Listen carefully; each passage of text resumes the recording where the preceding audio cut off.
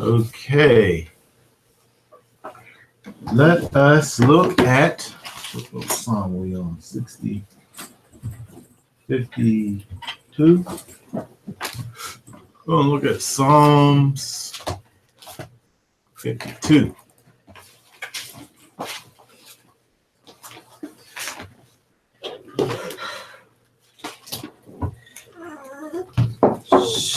Psalm 52 before we get into our Torah portion for today.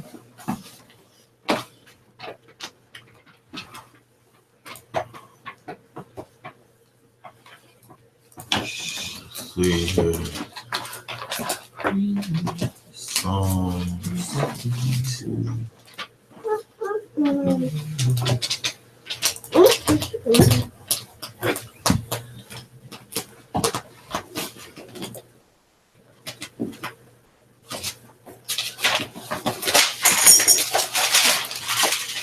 Okay, where's my little sharing thing? Oh, here we go, screen share.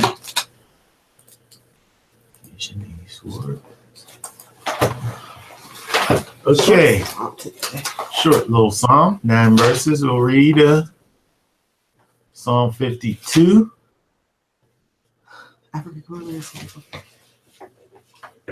Starting with the first verse. Why boastest thou thyself in mischief, O mighty man?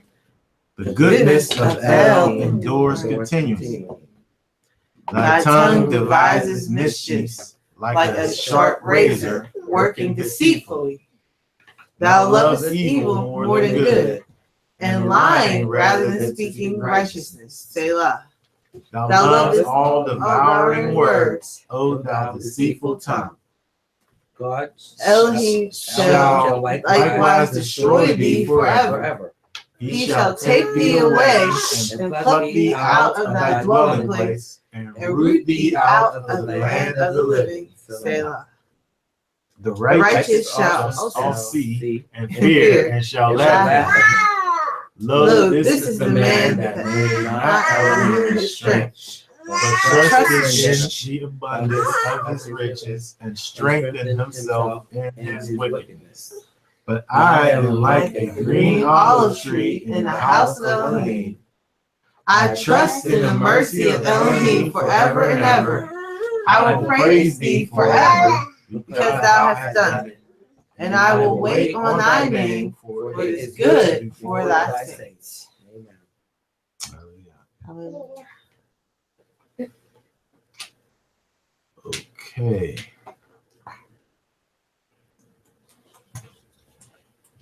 Okay, so as we look at our reading today, it's interesting how we'll see how some of these things that we see even inside of the Psalm today, kind of correlates in terms of,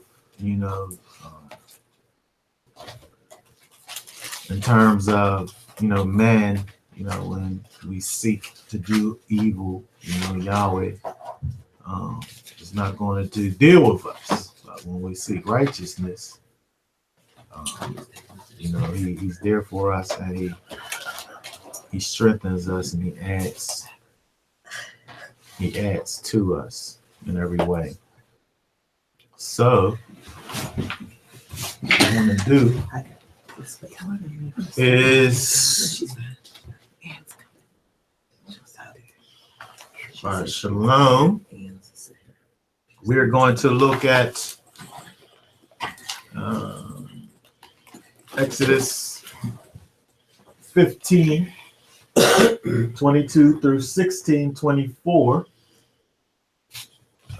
Also Isaiah 49, 8 through 14. And then also Philippians 4, 4 through 23.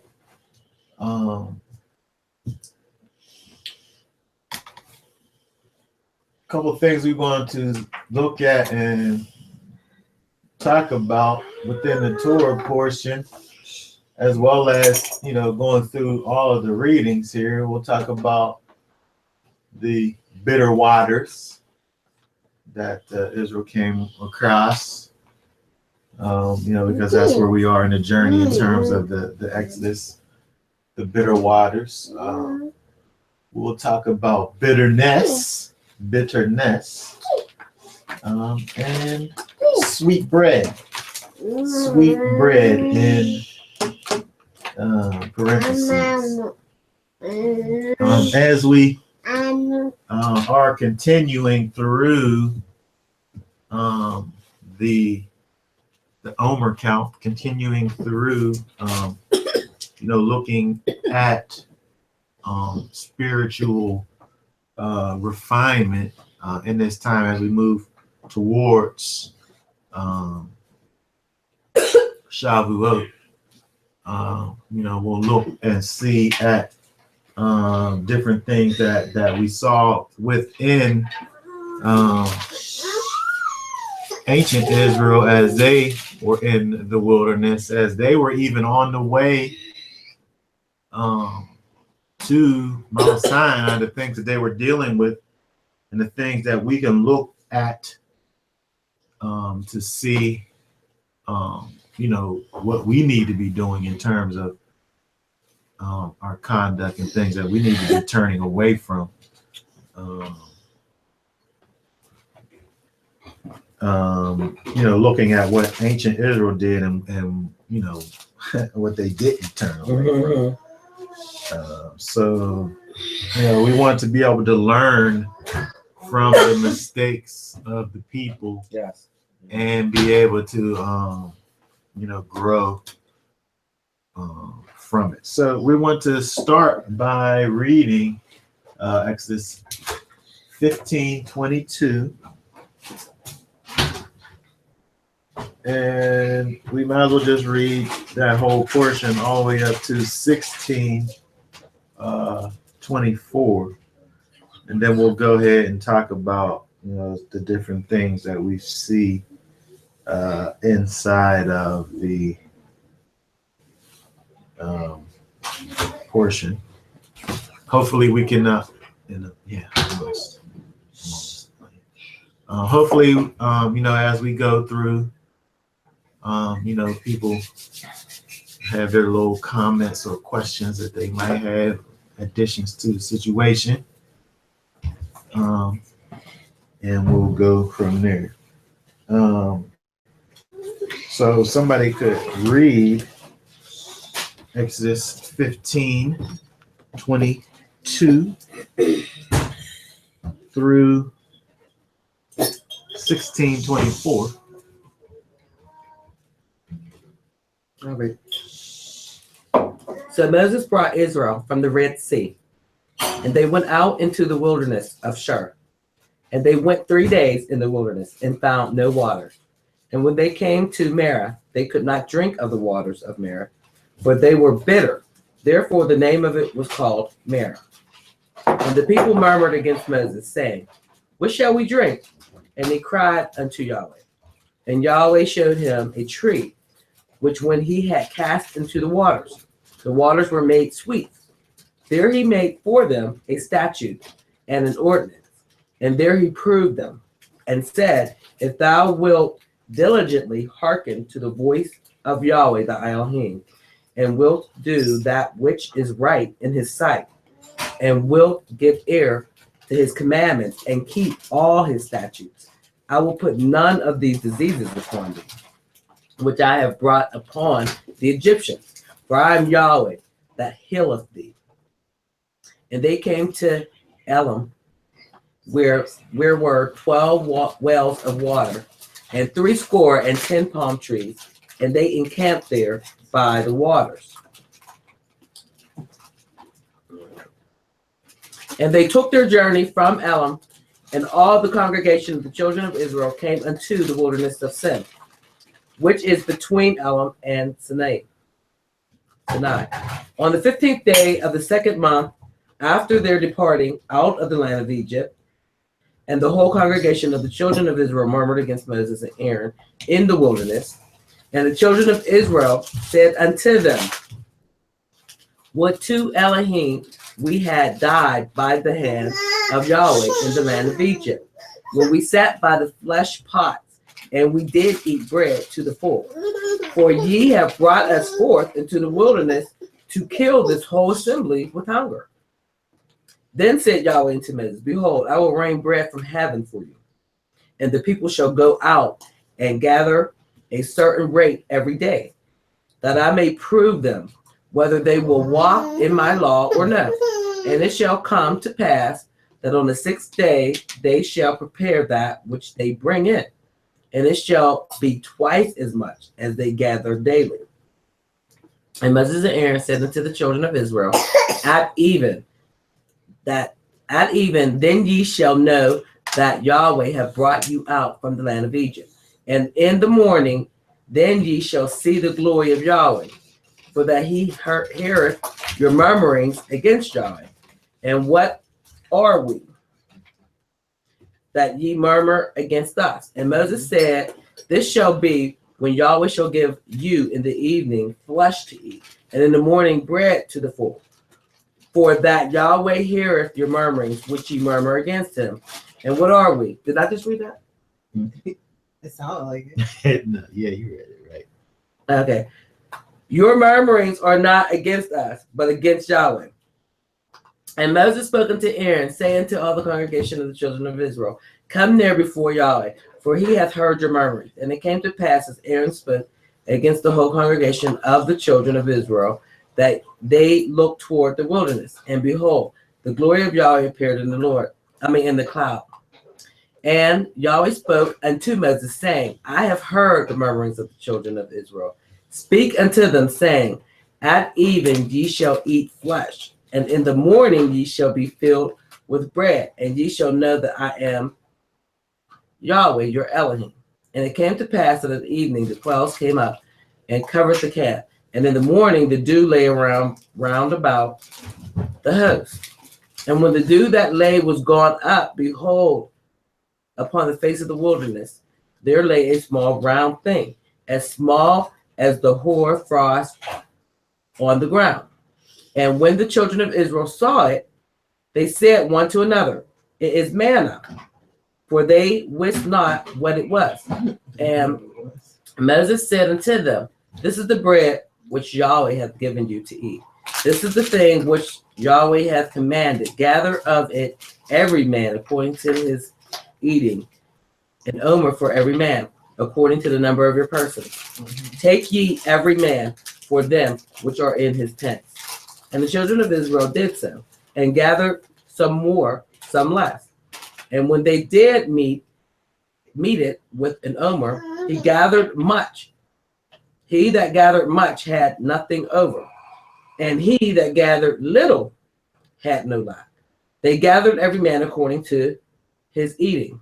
And Moses said, Let no man leave of it till the morning. Notwithstanding, they hearkened not unto Moses, but some of them left of it until the morning, and it brewed worms and stank. And Moses was wroth with them. And they gathered it every morning, every man according to his eating. And when the sun waxed hot, it melted.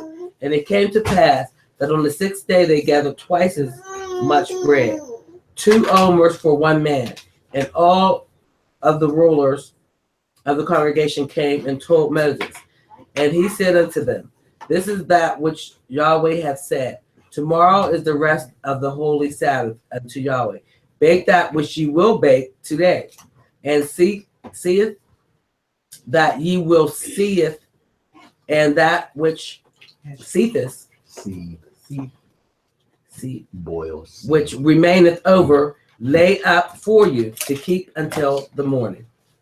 And they laid it up until the morning. And Moses bathed, and it did not stink, neither was there any worm therein.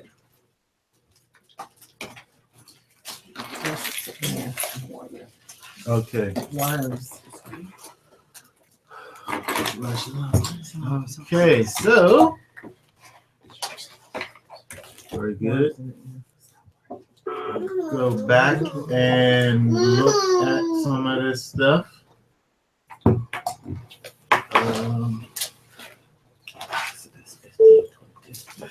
We look back at where it begins.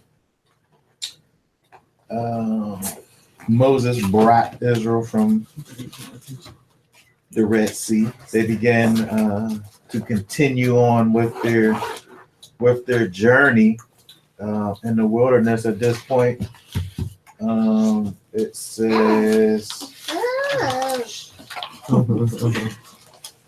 as they're going through the wilderness, they went 3 days without water, which That's a long time. Which is a long time, I must say. But so they get to this place that now you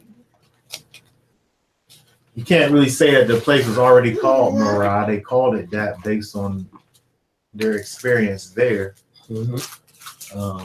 Marah, which means bitter or bitterness or discontent. So they get to this place that has water when they've been without water for 3 days, and the water is no good for them. It's bitter. And they make sure that they grumble and complain as a result.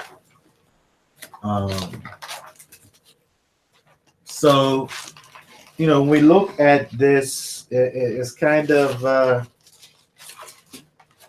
it's not the first time, and it definitely won't be the last time we see the grumblings and complainings of, of Israel. It becomes typical, I guess, over time as we see the actions of the people in terms of, their ability to be discontent with their situation, in spite of the fact that you're talking about a people who literally just came out of slavery and had been liberated by the Most High at every chance. Now, even though we can't really kind of, 3 days is a long time to go without water. We can say that, but even still, There's a way to ask. They're right.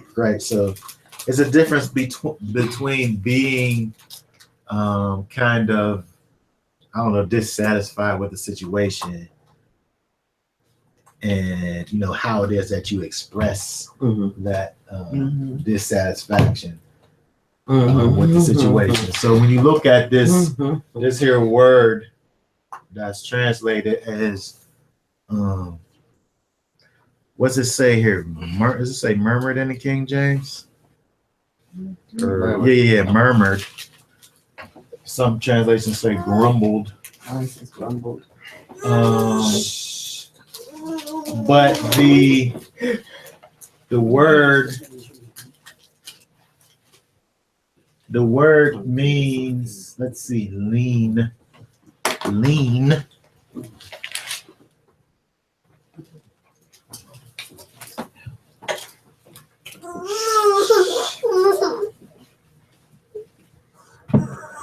Which is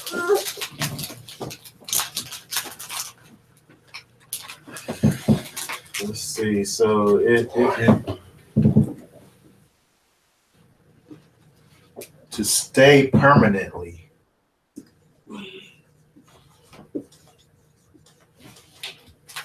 So permanent. A-N, permanently. So when we talk about them grumbling, it's not like you can mention a thing, right? But we talking about staying permanently.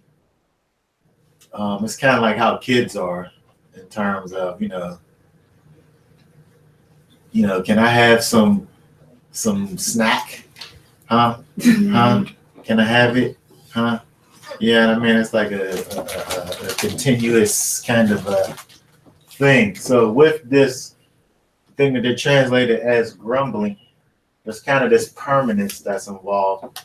And even when we look at it in terms of the ancient, right? If you look at it in terms of the ancient, where you have the sprouted seed being that noon was giving you that idea of continuance.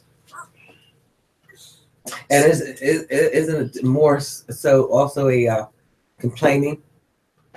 Right. So there's complaining involved in it. So there's prodding. There's prodding involved in it because you got the shepherds. The word is murmured. It's murmured in the King James. Grumbling. Murmured. Okay, so what's that top word up there? Is that word murmur? This. I don't even know what the symbols and names. Oh, this is the ancient for this, right? So this is a lamed. This is a yod, and this is a nun. These are the same letters here. Ancient. Okay. This is the ancient. This is the modern. So this is the shepherd's goad, which is like the thing that the shepherd used to prod the sheep, right? So there's this poking and the leading with this thing to kind of keep everything together. This is the yod, which is the arm and the hand, which is used for work. And, you know, your strength is in your arm. So you have this strong, continuous poking that's going on with this murmuring. So with murmuring, you're using words to strongly poke at the individual in terms of what they're talking about here in terms of, you know, this thing that's complaining.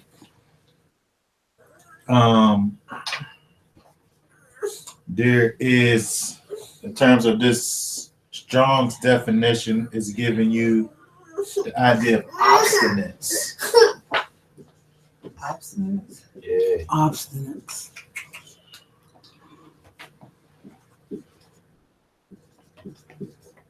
And angriness. So it's not just like you're asking for something a lot, but there's a kind of an attitude that goes along with it. All right, so it's not just about trying, like, is there water? Can we have some water? You know what I mean? But there's like, I need some water. there's a negative attitude that's going along with the thing, right? Okay, before we go on. Yeah. The symbol with the dark. Oh, the seed, the sprouting seed is the nun. The sprouting seed, which, you know, has the idea of continuance, right? You plant the seed and it sprouts and it begins to grow. So it has, this is where you get the concept of continuance. So we have these things, this obstinance, this angriness, it's translated as murmuring. So we're talking about these words is the thing that's staying, and there's permanence in the words. There's angriness, there's this obstinance. So it's kind of this aggressive kind of a tone that's going against unto Moses. Moses ends up saying, you know, you're doing this against Yahweh. You're murmuring to me, but it's, you know, it's really against Yahweh. I'm leading you into this wilderness, but he's only leading them as far as the cloud by day and the pillar of fire by night is, you know, is leading. So we have all these negative kind of things going forth towards Moses. And again, Moses, you know, puts it in saying that, you know, it's really unto Yahweh. Because they think they're just looking at Moses and they're saying, yeah, they end up looking at Moses and he ends up getting a lot of the blame, I would say, you know, for good or bad, right? Really, the pillar of fire and the cloud is actually which is leading them. It's not it's Moses always leading there, them. which is interesting. When you think about, like, we're seeing this, we're looking at this story here, which don't mention that, but we read that before, as a we're realizing that yes, Moses is the way it starts. So Moses brought Israel from the Red Sea. But Moses is just he's leading the situation, but Yahweh's brought him there. Right? So when we think about it, like what was the proximity, I wonder, like how far ahead is this thing? Right? Like how far ahead is this pillar from the people that the people so often forget that Yahweh's in charge of the situation? They just ain't looking up. They just looking at the person that's in front of them. We're blaming him. We know who it is, but he looked better to blame. When I read this, I actually had a question. It just mentioned that they didn't have water, but it didn't say anything about whether they ate anything. So I was thinking maybe Holly had them on a fast. They got evil. You know when people don't eat. I did think that. I said, maybe I got them on a fast. 3 days fast. Because it just mentions. It just talks about the water. It just mentions the water, but that was just a thought. and then he provides food too. I mean, I guess when you think about it, Provided the food, when you think about it, I guess it could be kind of a thing that's giving you a picture of fast where you have this kind of separation from your physical desires, where it's causing you to lean on the spirit because you don't have anything. That's what I thought. Yeah, that's what I thought. Anyway. It's not being fed. So when you look at it in that kind of a thought process, I think that's probably a good way to look at it. But the problem is that even though there was kind of this depriving of the carnal man, the carnal man was still able to rise up and get into this. He sure did. Into this grumbling situation. Sure did. And kind of be at the forefront of everything in terms of that attitude that the people have, which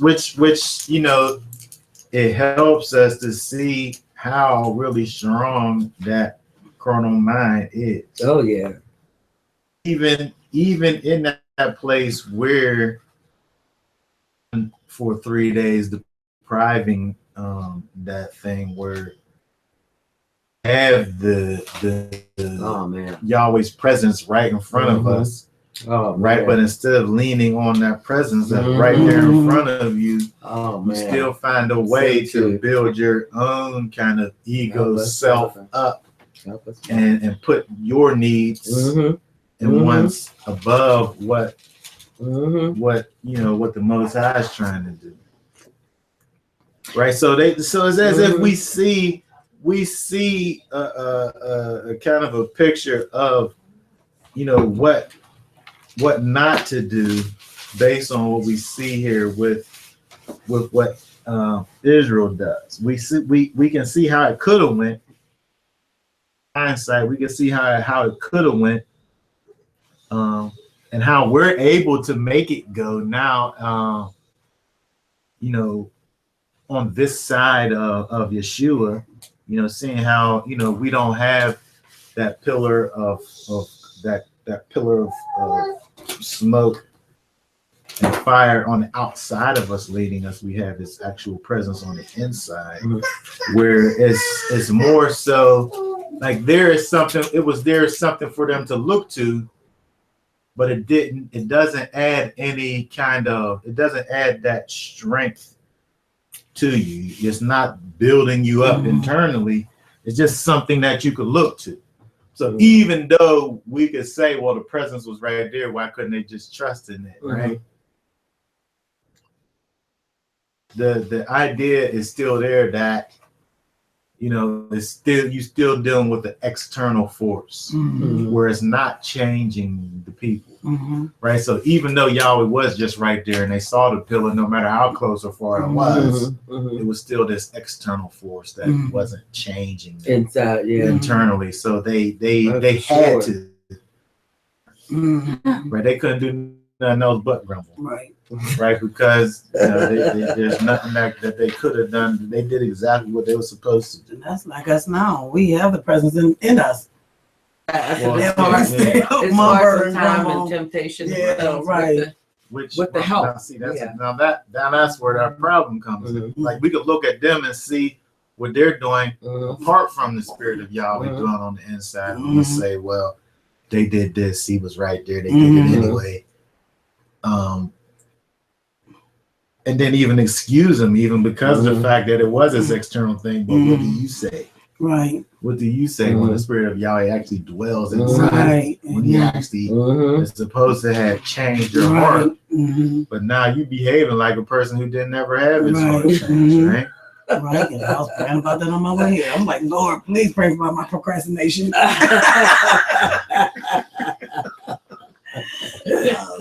Could have been. We need help. That's all. That's most of my prayer. Help me. Help me. I said it on the way. I'm like, Lord, you know who I am. And then he said in 26, in 15:26, it said, if thou wilt diligently hearken to the voice of Yahweh, thy Elohim, and will do that which is right in the sight, give an ear. He's telling me, you're going to keep all my commandments, keep all his statutes. I will put none of these diseases upon you. So he's telling them all this. Yeah, and then they're still grumbling. Like Tony said, without the help of the Holy Spirit, this is what they do. So when we look at this, let's look back at 25 actually, where it says, and he cried unto Yahweh, and Yahweh showed him a tree which he had cast into the waters. The waters were made sweet. There he made, and then he goes in to say what it says in verse 26. But let's look at this thing that's going on here with this verse 25, with this tree that they come across that made the waters sweet. They had water, it just wasn't pleasant for them, right? It was water there. If Bear Grylls was out there, right, he would have just drunk it just for the practicality of it. It's nasty, but I'm gonna drink it just so I can get that water in you, right? So they had water, they had what they needed, they just kind of didn't like it.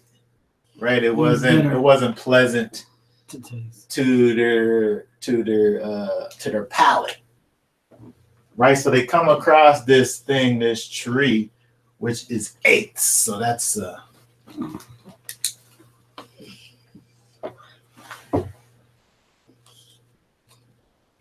actually looks like this.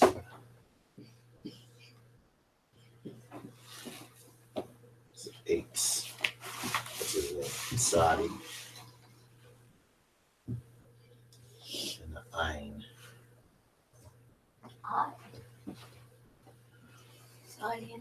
Sadi and the Ain. And that word is what?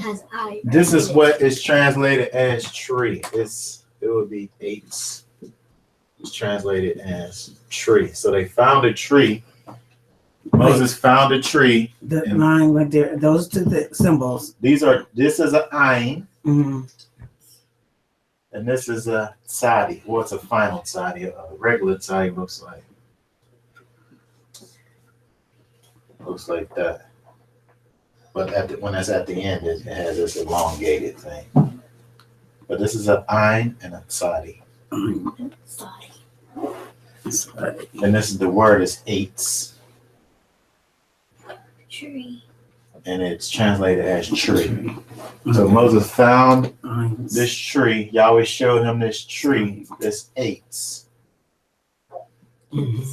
That whenever they took the tree and put it into the bitter water, it made it sweet. So the word literally means tree or wood. Literally means tree or wood, or like a whole bunch of wood together. But it euphemistically means this, which is interesting. Carpenter. Carpenter. Wood and carpenter. Oh, that makes sense. What that make you think about? Wow. They said, yeah, Mhm. Yeshua being a Yeshua. carpenter. Uh-huh. 'Cause that's what he worked with, was the wood. Mm-hmm. Right, so you had this bitter situation. With that sweet. You had this bitter situation that you're in, Mhm. and then you add this particular ingredient to the situation that makes it be something that's actually palatable for you, Mhm. or sweet, what it actually says, right? Look at let's see what this is. Psalms 119, 103.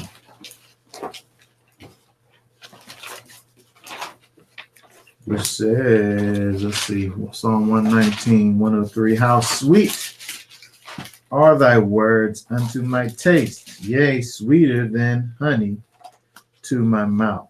So it's telling you, talking about the words of Yahweh, the Torah, the instructions of Yahweh. Yeshua is called the word of Yahweh. And how they're sweet, right? Where we see the same kind of a situation here, where this tree added again to this bitter waters, brings sweetness to the situation, which, is the same way when we think about Yeshua, how he can bring sweetness to our bitter situation. Sometimes we get into a situation where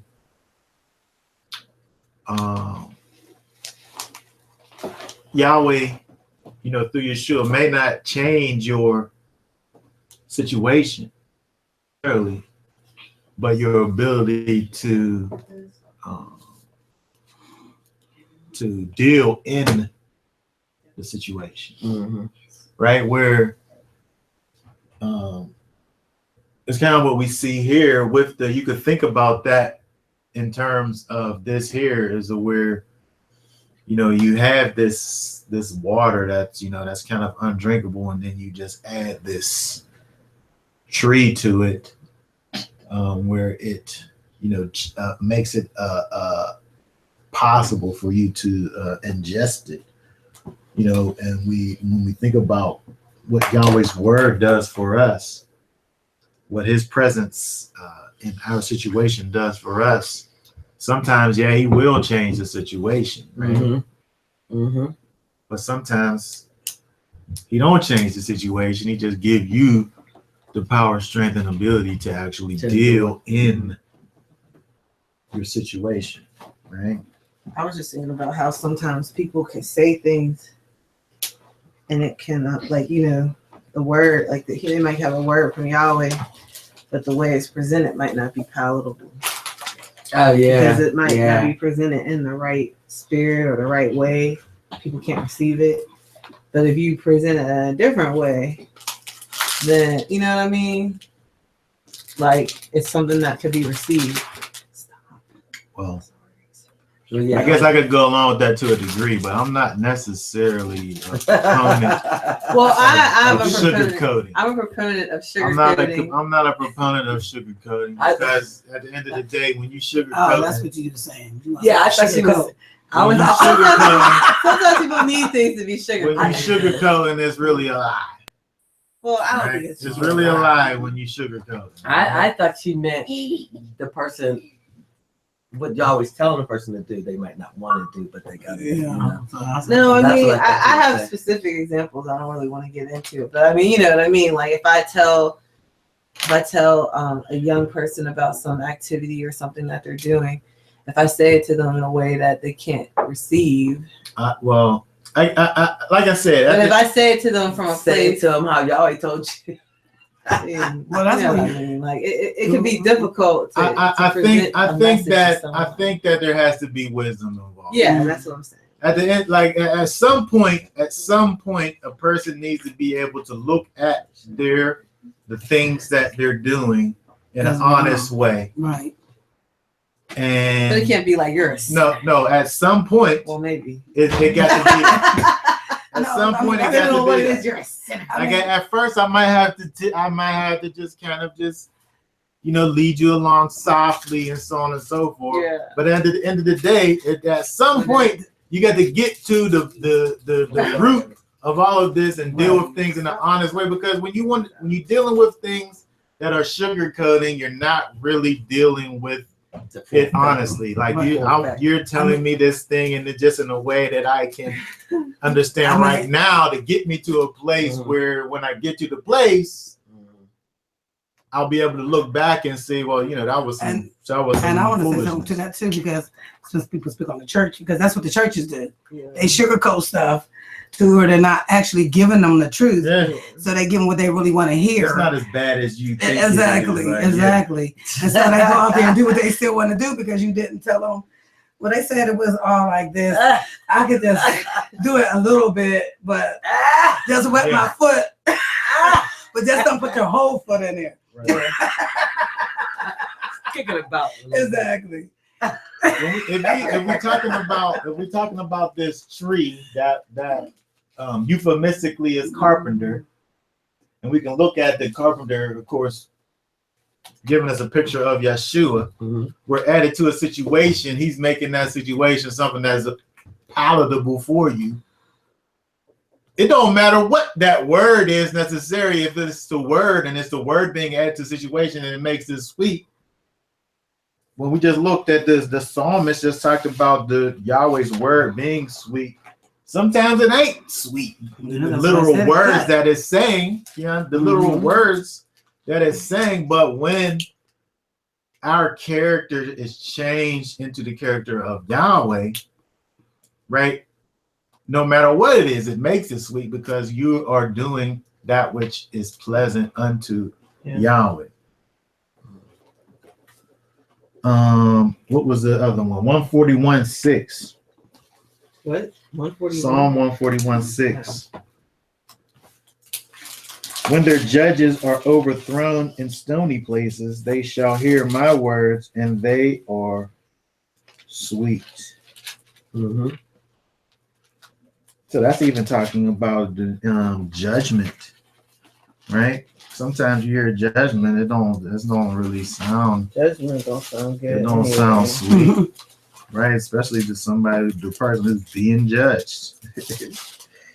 But here it's talked about as being this thing that is sweet. So when we look at this thing here, it's literally talking about water, literal water that is bitter, and this literal tree that was put into this water that made it to be something that is drinkable. Mm-hmm. But when we look over at 26, after they went through it, where it says, if you give earnest heed, back to Exodus 15:26. If you will give earnest heed to the voice of Yahweh your Elohim and do what is right in his sight and give ear to his commandments and keep all of his statutes, I will put none of these diseases on you which I have put on the Egyptians, for I am Yahweh, for I, Yahweh, am your healer. So when we look at this whole idea of these bitter waters, right? In the context of this verse, right? He's giving you this verse. The people just came through, so begin to murmur against Yahweh and against Moses. Mm-hmm. They're in this situation where they've gone these 3 days without water. Then they come up on these bitter waters, and then that situation gets fixed, and then for it to say, I will put none of the diseases on you, which I put on the Egyptians. Like, I'm trying to figure out what is the connection here with the diseases that was put on on Egypt, and this whole situation here with the bitter waters. Like, how are those two things kind of connected with each other? Mm-hmm. Because the text, it seems, is surely connected. Maybe from the food? Huh? Is that from the food that What they were food? eating over there in Egypt? What about the Well, that's plagues? the plague, yeah, Yeah, the the plagues plagues that and stuff they like put on. that. Well, okay, so you think about the plagues, is exactly what the diseases are that went. What verse is that? 26, 15, 26. You can think about the plagues as being the diseases that was put onto Egypt. Sin. But was there like a bitter water plague? I guess you could say the blood in the water caused them not to be able to drink the water. Mhm. But then you gotta ask. I think it's sin. Then you gotta ask, well, what did Israel do at that point in the game to be even receiving judgment on them? Hardening their hearts. Mm-hmm. Yeah, because they're going against Moses, which is the instructions from Yahweh. Well, they was going against Moses because of something that already was. Mm. Like, they was already in a place where they didn't have no water, and then they started going against them. Mm-hmm. But okay, so you saying something because we talk about what they did with the murmuring. When you're dealing with murmuring ain't nothing but a manifestation of something that's on the inside of you. Mm-hmm. And So if you want to say, well, there was dealing with the hardness of the hearts, even though they was already in a place where they didn't have water, and then they started murmuring, their hearts had to still have been in a particular way in order for that to be able to be something that was manifested in the first place. The manifestation is the murmuring.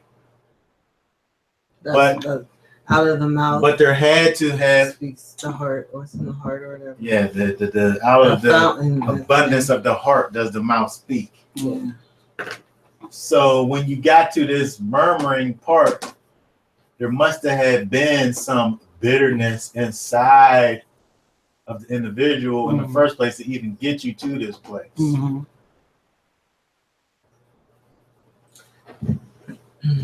I mean, but I would also say that when, like, a disease, how a disease spreads, sicknesses spread. Yeah. And when people start murmuring, Everybody start being like, I'm thirsty too. Yes. And it's like a gang mentality. We did drink for 3 days. Yeah, that's exactly how they do it work. Awesome. But again, everybody else join in. But again, like when you talk about diseases and stuff, when we look at the symptoms is something that comes as a result. So this murmuring is a result of that disease. Of the disease. But what about the disease? So I'm just saying, connecting this all together in terms of Moses getting this word from Yahweh in terms of, he fixes the situation with the tree that he put in the water. There he made for them a statute. As soon as he did that, he made for them a statute and an ordinance. And there he proved them. Right? So they murmured, he fixed the situation, and then he made this thing where he said this statute, which was verse 26. If thou wilt diligently hearken to the voice of Yahweh thy Elohim, and will do that which is right in his sight, and will give ear to his commandments, and keep all his statutes, I will put none of these diseases upon thee, which I brought upon Egypt, the Egyptians. So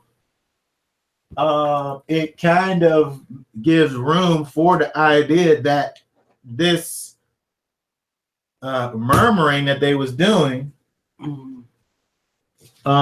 is not allowing for them to diligently hearken to his voice. Because they can't. Right. How can they hear from him if they're complaining? And then when he put the diseases on them, the Israelites, seeing that they were protected because they didn't get the diseases the Egyptian got, he covered them.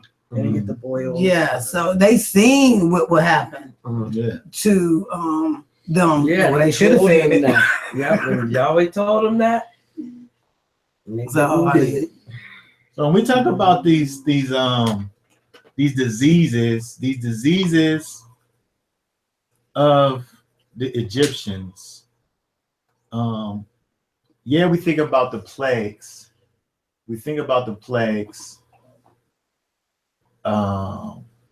Here, some of these things kind of, being manifest as, well, the plagues was wrath against Egypt. But we can think about the plagues specifically, but I think generally speaking, when you talk about the diseases of Egypt, it could also just be classified as wrath of Yahweh. Yeah. Which would go beyond just those 10 plagues. Right. Because he did do a lot.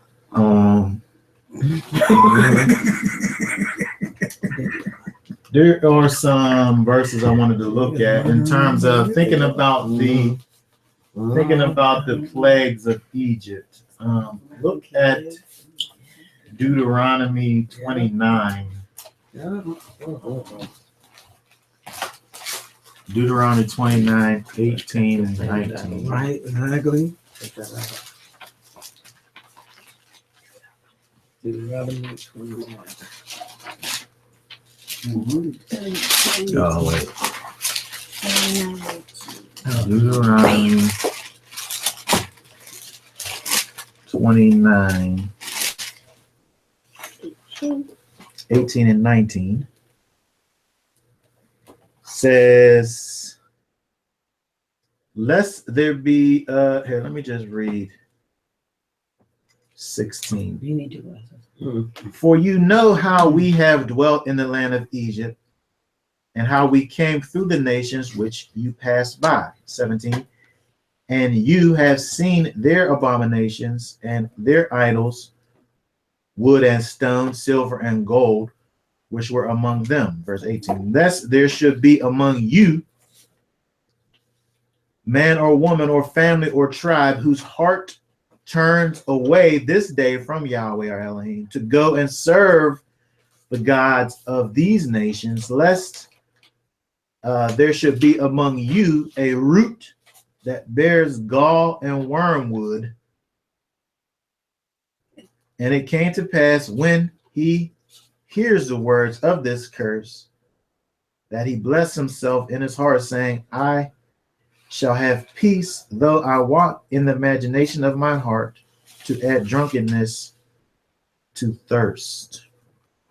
So, again, talking about these curses, these diseases of Egypt, here in verse chapter 29, 18 and 19 is talking about going after the ways of those the heathen nations, and as a result, they're this showing, like you said, in terms of this this heart condition, whose heart turns away from Yahweh, serving these other gods, and having this root that bears gall and wormwood. When we talk about this gall and this wormwood, again, that's just dealing with bitterness. It's dealing with bitterness. So when we look back at the bitter waters, there was kind of this bitter acting behavior of these people who was drinking this water that was bitter. But when we looking at the result of these people who have turned away from Yahweh, is giving you kind of this this connection to this internal bitterness.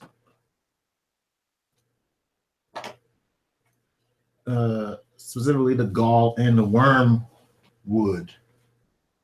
Right? So gall is this poisonous, it was roche. Yeah. Roche, gall, which is this poisonous plant. Oh, yeah. I thought it was something to drink. I said what contaminated. is gall? What I tell you? I said, Contamination. something you drink contaminated. So it's gall means generally poisonous. poisonous. So it's a plant. Poison, venom, poisonous plant. Well, it's still got something in it, moisture. Poisonous. Poison in it. Yeah.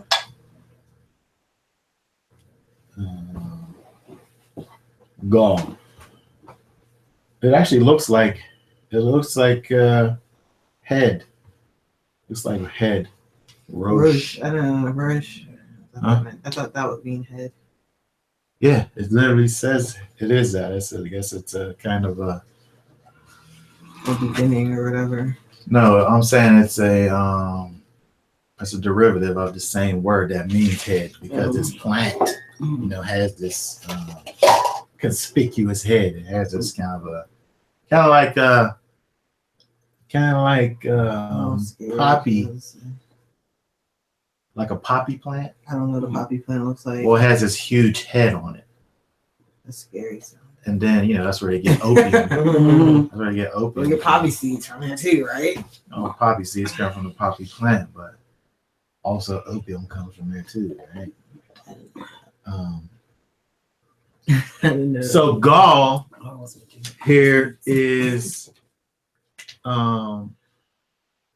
this bitter, poisonous thing that is said to kind of go along with this kind of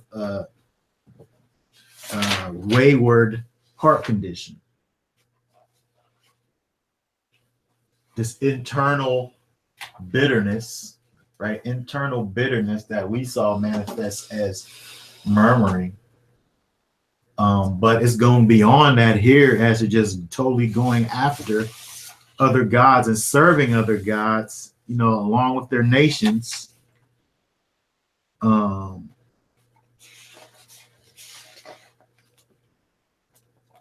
bearing a root that bears gall and wormwood. Wormwood is the same thing. Another word, la'ana, another word that's giving you the same idea of this poisonous plant, this poisonous thing that gives you the picture of poison or something that kills you. But again, it's connected here to these curses or plagues or diseases of Egypt. We look at Deuteronomy 27 and 28, verse 27.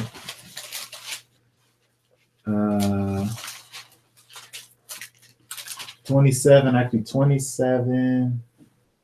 Which one we doing? 28 or 27? 28, verse 27. 28. Deuteronomy chapter 28, verse 27.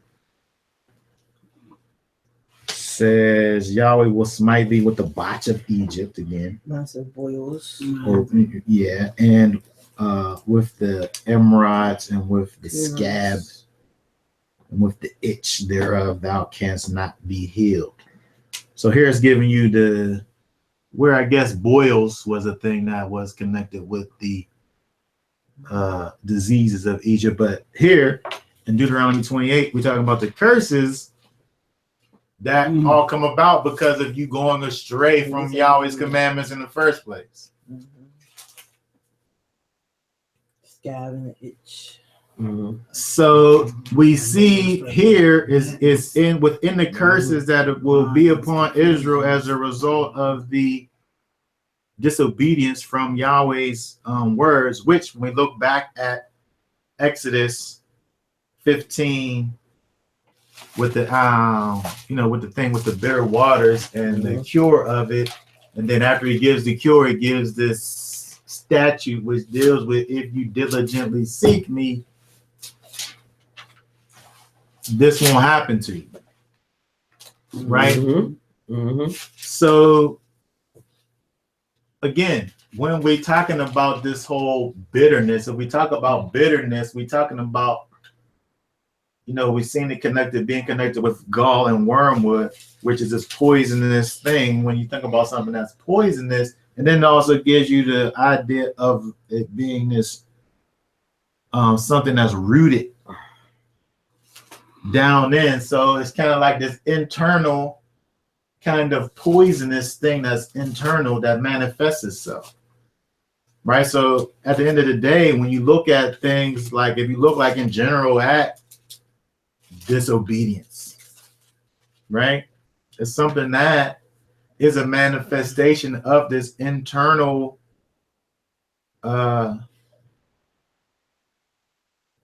bitterness, this internal poison that's inside, that's causing you not to be attached to, here we're talking about, to Yahweh and his will and his ways, and something that's pulling you away from him. He's trying to draw you closer, and this thing that's inside of you, is pulling you away and causing the separation. So when we talk about these diseases of Egypt, it's going along with those lines. Egypt and Pharaoh was this one who was standing against Yahweh. So as a result of Pharaoh standing against Yahweh, he was destroyed.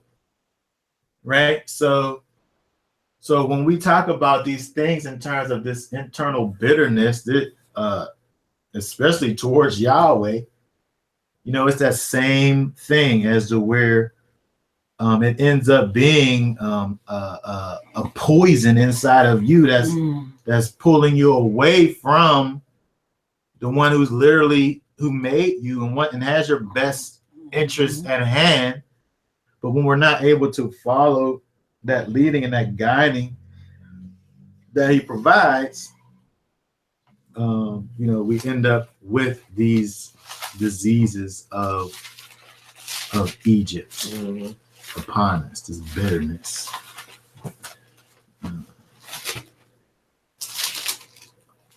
So when we think about this, and in terms of spiritual refinement, as we move forward towards Shavuot, as Israel was, here on their way to Sinai, something that needed to be removed from them was this internal poison, this internal bitterness, right? Which caused them to turn away from Yahweh, right? This internal bitterness that caused them to turn away from Yahweh. If they, were doing those things which were right in the sight of Yahweh, they wouldn't have had these strong words towards Moses, in spite of the fact that they were, facing these uncomfortable circumstances and situations. Right? So we can see a connection between our attitude. We can see a connection between our attitude and the keeping of Yahweh's commandments. There's a connection between, feel or think about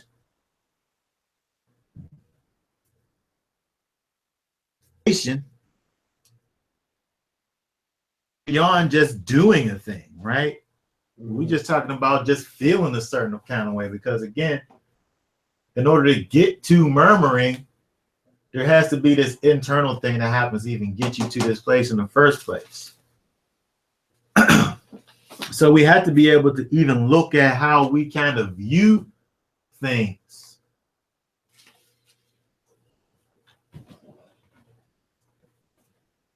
Right? To even be able to look and see if we're even looking at things in a proper way. Right? Or do we have kind of a bad attitude about righteousness? Right? Is it just like this thing that you know that we got to do this thing because it's it says it, but you know what I mean? But do you want to do it? I remember I was like that when I first went to congregation. Like It says it, I might as well. We gotta go to church on Sunday. Right. Yeah, I definitely was guilty of this. I think about way back then, yeah. About the man that spoke on the little boy that said his mother kept on trying to make him sit down and he didn't want to sit down. But she finally sat down. He said, but in my mind, I'm still standing. Oh, yeah. That's right. Terrible.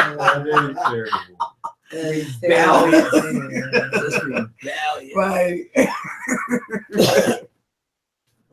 Look at Hebrews 12, 14 through 17.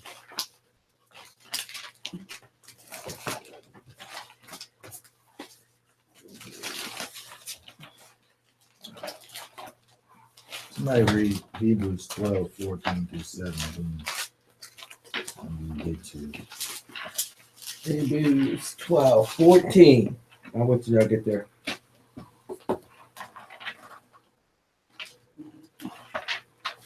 (14 to 17). Yeah. Follow peace with all men and holiness, without which no man shall see Yahweh. Looking diligently, lest any man fail of the grace of Elohim, lest any root of bitterness springing up trouble you, and thereby many be defiled. Lest there be any fornicator or profane person as Esau, who for one morsel of meat sold his birthright. For ye know how that afterward, when he would have inherited the blessing, he was rejected, for he found no place of repentance, though he sought it carefully with tears. Okay, very good. So when we're talking about our kind of this internal poison that can be inside of us, this thing that causes us to have bitterness or some type of ill feelings. When we look at what Yahweh said to Moses in regards to diligently seeking after Yahweh. You talk about diligently seeking, diligently hearkening. It's not just hearkening, it's diligently hearkening. It's doing it based off of a internal desire to do the thing and not just going through the motions of the thing, right?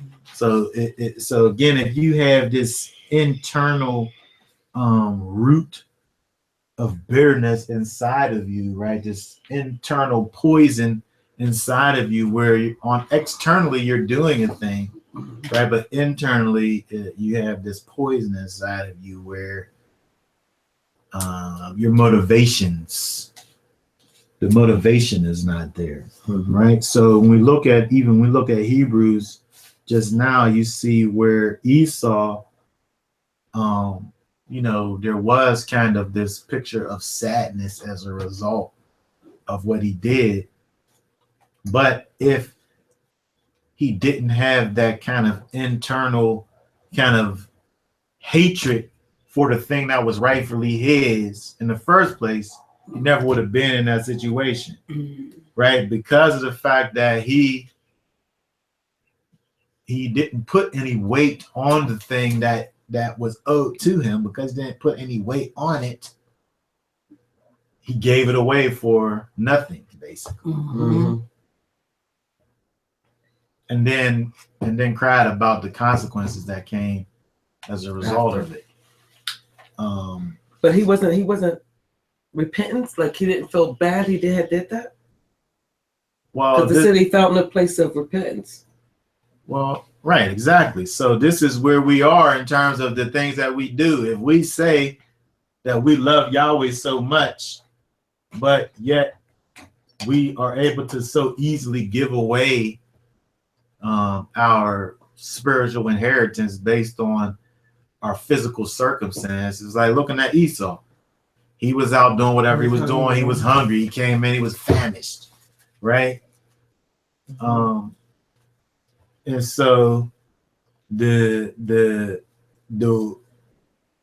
thing that, you know, he gives away his birthright to deal with this kind of this hunger, this physical desire that he had. Yeah, he was sorry after he did it, but He still did. that sorrow didn't keep him from doing it in the first place, right? Which is the point.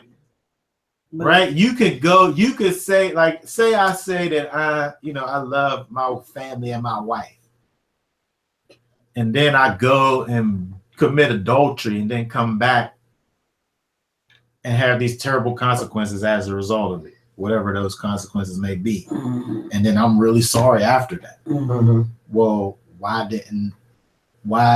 how did I even get to that place in the first place? Right? Because of a wicked heart condition. Mm-hmm. But you can be sorry. You could be forgiven. You can be sorry for a thing that happens to you, but how come your relationship didn't keep you from that in the first place?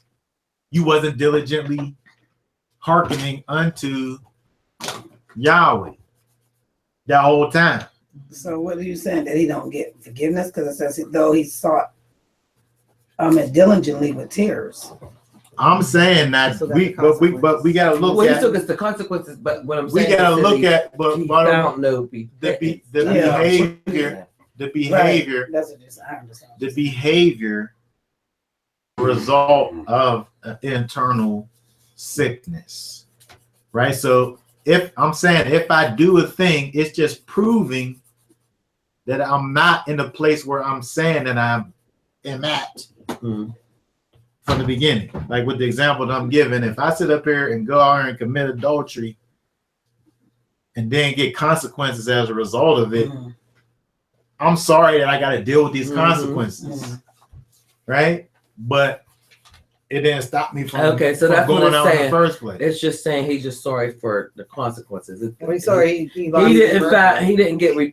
He proved because he wasn't. He sorry proved that he did not care place. about his birthright by giving it away for bowl of soup. He already proved that, right? So what I'm saying is that when we look at this, and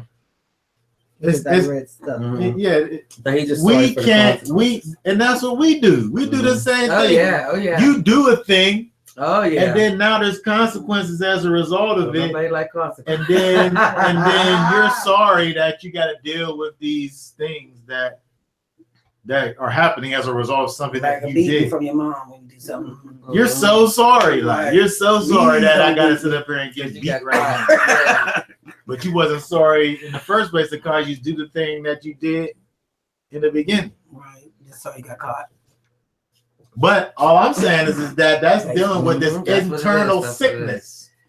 Okay. When we get to the murmuring, it's just a manifestation of the internal sickness. So again, we get to the place of Esau being sorry for the place that he's in. All of that's just a result of that internal sickness that he had and that lack of reverence that he had for his birthright in the first place. Or if we're talking about ourselves, if we want to sit up here and say that we're walking with Yeshua, and then we have this, a total disregard for the things of Yeshua, and then are sorry in our situation that's created as a result of our turning our face from Yahweh, right? We gotta kind of think about, now, well, how'd you get to that place in the first place? Mm-hmm. What am I sorry for? Am I sorry that I let Yahweh down? Or am I sorry just because of the situation that I'm in as a result of me letting him down? Mm-hmm. Which basically he was sorry for his inheritance that he didn't get. Yeah, that he gave away in the first place. Like, you the one that gave it away. What are you trying to ask? What is a birthright? A birthright. Esau was the firstborn. He was to receive, he has kind of the prominence in relation to the other siblings because of the fact that he was the firstborn. So there's a blessing and a birthright. He gave away the birthright, which is his right to receiving that kind of position. But then when it came time for the blessings to be divvied up, he wasn't able to get the blessing because he gave away the birthright. And so if we was to say like some ticket, right? We just went to that little concert thing and you have a ticket. Let's just say that the ticket is a birthright. It tells you where you're going to be at, where your seat is, right? If you give that ticket up, you don't have no right to sit in that seat anymore. The seat would be like the blessing. You got front row seats to the place. That's the benefits that come along with having this particular ticket. So he gave away his ticket for some soup and then was mad because he couldn't sit in the front row. Right. But that's what we do with Yahweh. And that's what we do with Yeshua. You know, he got something for us. And we say, well, I know I ain't supposed to be doing this, but my flesh wants me to do it so bad right now. So I'm just going to go ahead and do it anyway. That's you giving away your birthright. That's you giving away the blessing that Yahweh has for you because of some carnal desire. But, you know, you giving it away is the same as the murmuring. It's just a manifestation of an internal thing that's going on inside of you. A lack of goodness on the inside of you.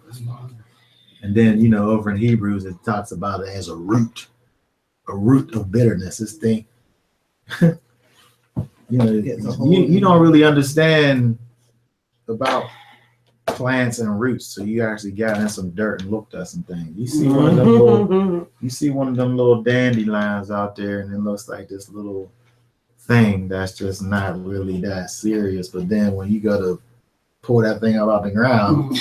And all you could do is just pull out the green part on the top because the root underneath is so big and thick. Right.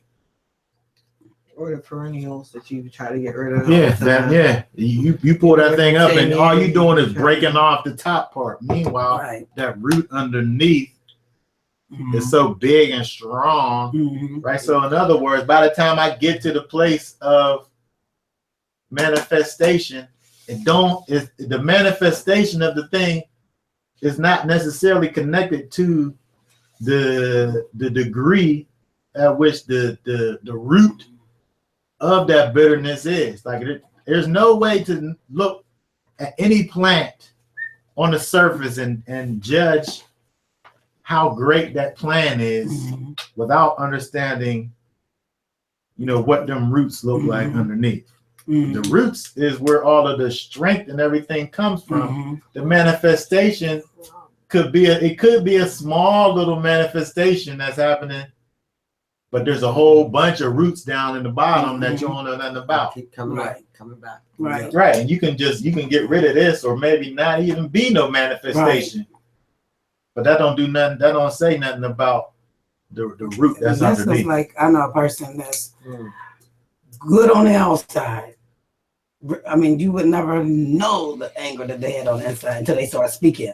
Really? And then the people start disappearing from them. And I'll say, you don't match up. You don't. I said it's like two different people in one body. The goodness, he would go all the way out for them. He literally shows God on the outside. I mean, if he didn't talk. But then when he starts speaking, he has anger and a lot of unforgiveness inside of him. And so as people befriend him and he started talking about this anger, they see who he is. and I said, I do say it. I said, you're the neighbor that everybody loves and the murderer of the street. And exactly, I mean, and that's and you always hear people say that. Oh, this person is so nice. You would never think this. And here they carrying all this craziness deep down inside and got everybody in their basement.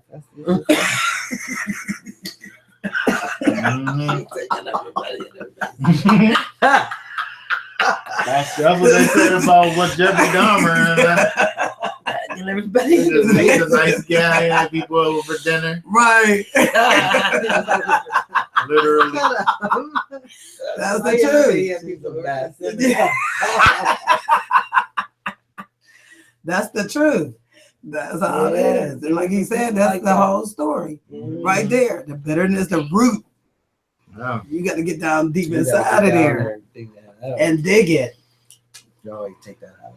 So when we talking about this solution to the problem, like in verse 26, if thou wilt diligently hearken to the voice, that's one of those places where in the Hebrew, it's added that extra word, diligently hearken, but in the Hebrew, it just says shema, shema, to actually hearken.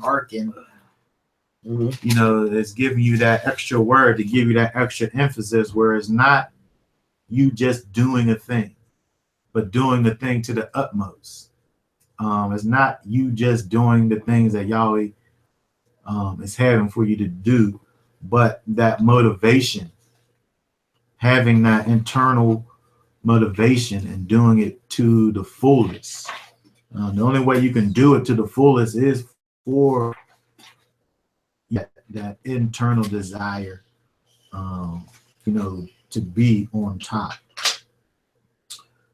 And when we go forward here into verse chapter 16 of Exodus, Israel, they get back to the same thing, right? They had their water, but now they're complaining about being hungry, right? You just got finished with this whole thing with the water, and then they 16:3, and the children of Israel said unto them, would to Elohim we had died by the hand of Yahweh in the land of Egypt, when he sat when we back in Egypt, when we sat by the flesh pots, and when we did eat bread to full. For he have brought us forth into this wilderness to kill this whole assembly with hunger. Now we just got finished with this other thing you was doing over here, murmuring against Yahweh about the bitter waters that he rectified. And then you're just right back again. I wonder how close to reality these things are when they talk about all of these. Like here, they're talking about, having, they sat by the flesh pots and they ate all the bread. I wonder how good they really ate over there as slaves. Because they talk about it here and then other places as if, food wasn't a problem for them over there. I always wonder, was it the people that came along with them, like some of those Egyptians or something, speaking on the food? Because I can't believe Israelites was talking that crazy. Because they was getting the crap beat out of them. Right? And then when they got looking back. Yeah, how you looking? No, that ain't y'all. That's the people that y'all brought with you. Complaining like that. Them real Egyptians. They had good memories. They left behind good memories. Slaves. Exactly. Ain't that something? I wonder if that was the Israelites or them was the ones that joined in, them Gentiles or whatever. It was called the Egyptians that was allowed to leave with them. The mixed multitude. Right. Because the slave ship. Well, that's how I look at it though. Also, when people get delivered, and we go back to that thing that had us bound and hostage, and beating us up, because I told dragging you us when around. I was saying That's like the same situation. We're bound up with these things, and exactly because because when I was complaining about, I'm like, how many times you gonna go wrong? So I'm gonna go. How many times you gonna go wrong? You're absolutely right, God. I said, go back exactly. I said, you ain't never lied. I said, not that you're a liar. We go back to these tremendous. Go right back to it. Activities. So when we look over here at what Yahweh does over here, Ezra, he just did it before. Israel was complaining. He didn't necessarily speak directly to the complaining. He just kind of just helped the people. And the same thing it's kind of done here in terms of this whole the thing with the manna. Being given out. Verse 4 where it says, then says Yahweh unto Moses, behold, I will rain bread from heaven for you, and the people shall go out and gather a certain rate every day, that I may prove them whether they will walk in my law or no. So the same thing we seen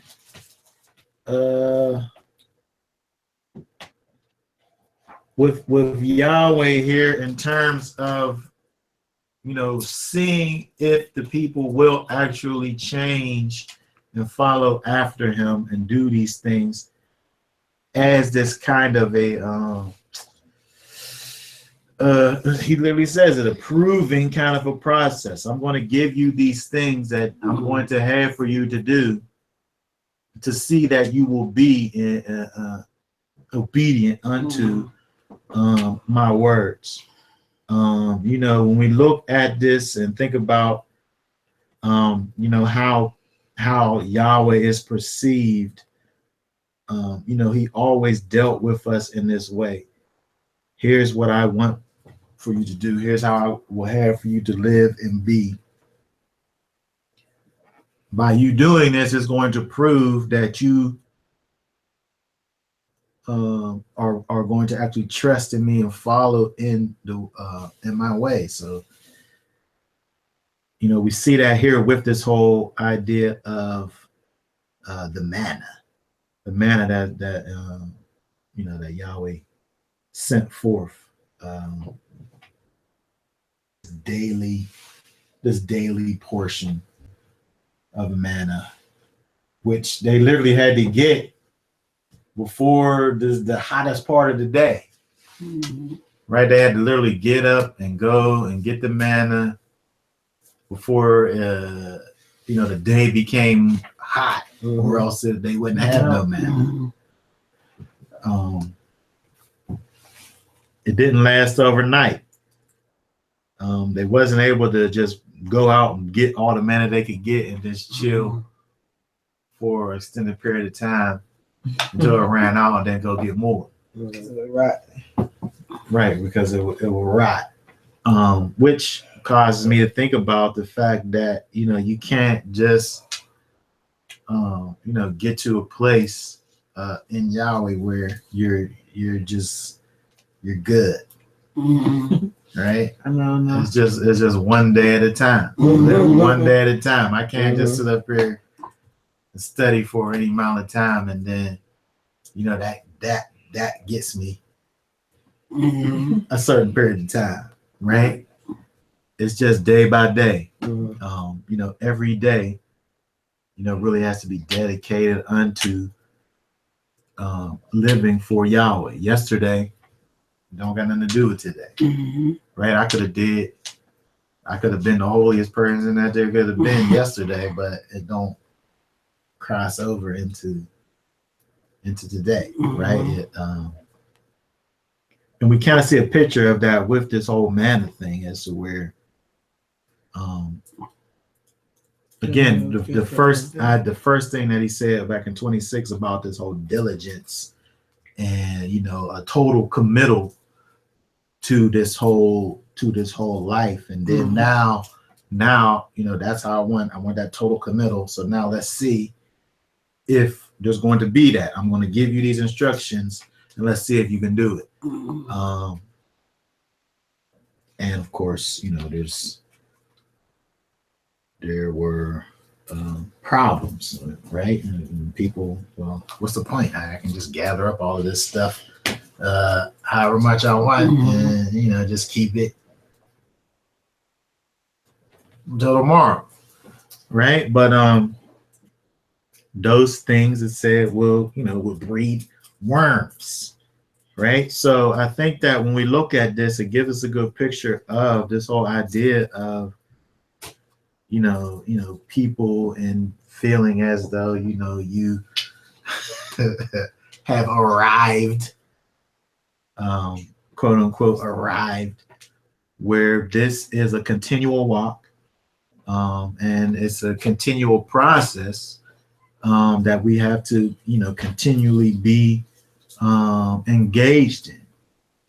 But we can't just get to a place where you just feel as though you're good, right? It's day by day. It's day by day. When we look at this whole thing with the manna, it's easy to be able to connect this to Yeshua. I don't know.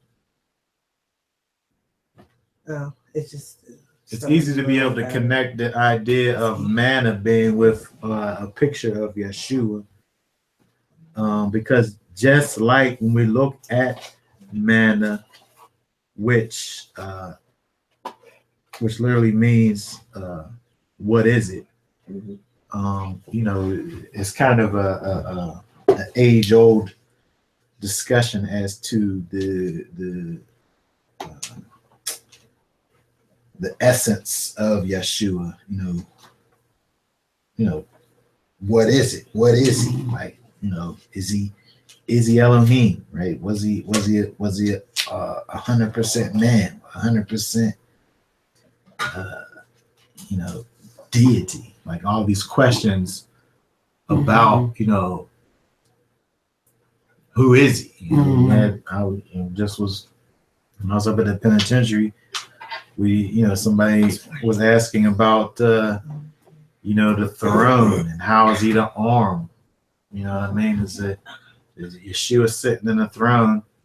Where's Yahweh at while he's sitting in the throne? It's like this thing that gives us that sustains us, but we're not able to fully understand and comprehend even how, or how. And just like with the manna, it's this thing that comes and rains down at night, and it becomes shown for us, as the dew, in the beginning of the day, but then it just mysteriously disappears as the day goes on. You know what I mean? It's just kind of a thing, and it sustains us. It's this weird thing. It kind of tastes like honey and sweet. I didn't even know what it was. Yeah, it's just some weird thing that we're able to. Like dew, like how we said. Like the dew. Yeah, it comes as a dew, and then it says, and when the dew, in verse 14, and when the dew that lay was gone up, behold, upon the face of the wilderness, small round thing as small as the hoar frost on the ground. And when the children of Israel saw it, they said to one another, what is it? It's this mysterious thing, but it sustains them throughout the 40 years.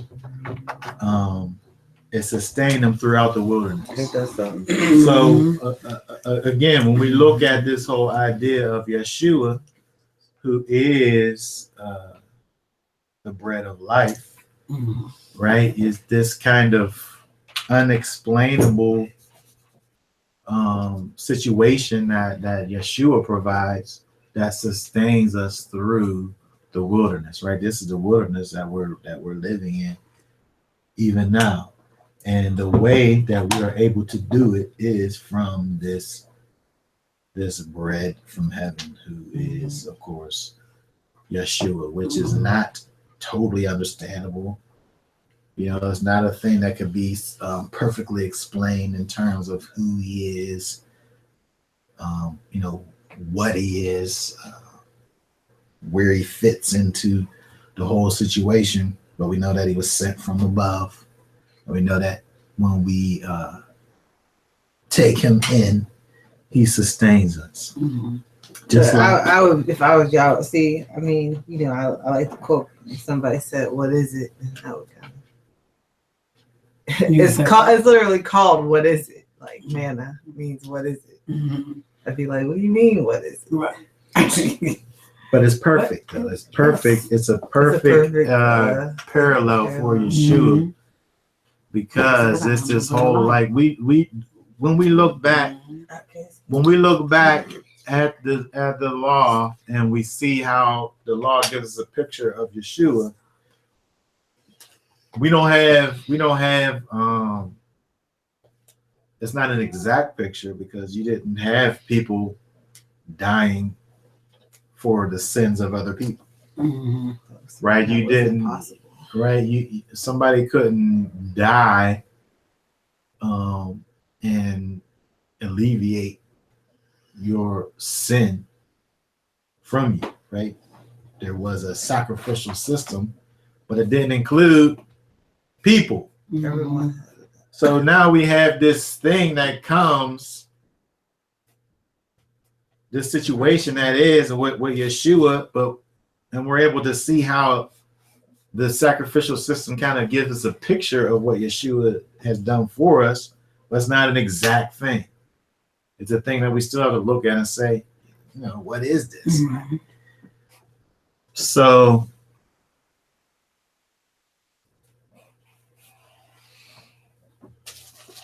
the manna being this thing that sustains the people, you know, again, is a picture of but the people just was ridiculous, because I don't know why they couldn't just pay attention to the instructions. I mean, he said don't gather too much, and obviously people gather too much. Greedy. He said don't keep it overnight, and then people gathered it and kept it overnight. Because we want to do things that we want to do. Yeah. You know, that's the bottom line. He suggested, you know, get enough for your house. They were like, oh, it shouldn't be that bad. We're going to just gather this up. You know, I can just hear the conversation. We ain't got to keep running back and forth. There's a whole bunch out there. I mean, you know, the seventh day is out. It's only it's the next week, but then on the seventh day, it's not going to be there on the seventh day. People actually went out and looked for it on the seventh day. It's kind of like you just.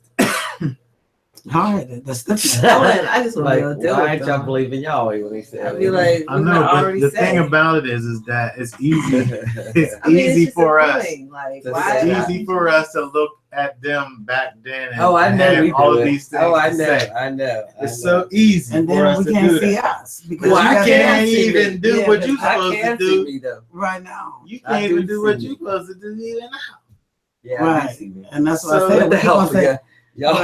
that's what I keep on saying, because if we looking at as them and say we right now and day, Oh yeah, this is us. Same You thing. know, the same thing. Only thing different Why is can't you he just ain't do what throwing the stuff Bible out. says? It says it right there. You should be Exactly. just doing it. I pray for God to help me every day. I be like, Lord, I know. I know I'm in the wrong. Oh, help us. Help me. Help us. That's so true. That's where we at. Even we have bitterness and everything else. Bitterness, yep. Having anger and strife and all that. All It's that still poison there, on right. the inside. This flesh carrying a lot. This flesh. Can't get rid of it yet. Mm-mm. Okay, so when we look at this 16th chapter of Exodus, before we go to look at Isaiah, is there anything that anybody has any thoughts about? Questions, comments about anything in chapter 16 in regards to the manna or anything else? the quails was given. Yahweh gave the people whatever they wanted. One thing which got to me, I don't know if it's in 16, it says while the meat was in their mouth, he cursed them while they ate. So he gave it to them, but in the same token, he cursed them at the same time, I guess for begging and for being so what word am I looking for? What? Ungrateful. Mm-hmm. Yeah. Yeah, because he give it to them, then he cursed them at the same time. Yeah. Mm-hmm. That's how I look at myself when I be greedy. I be like, I mean, because they obviously didn't learn from the lesson that they just had got. That like they literally just was murmuring, and then they murmured some more after Yahweh fixed their murmuring that they just got finished doing. So again, we have to be able to take from this and look and see that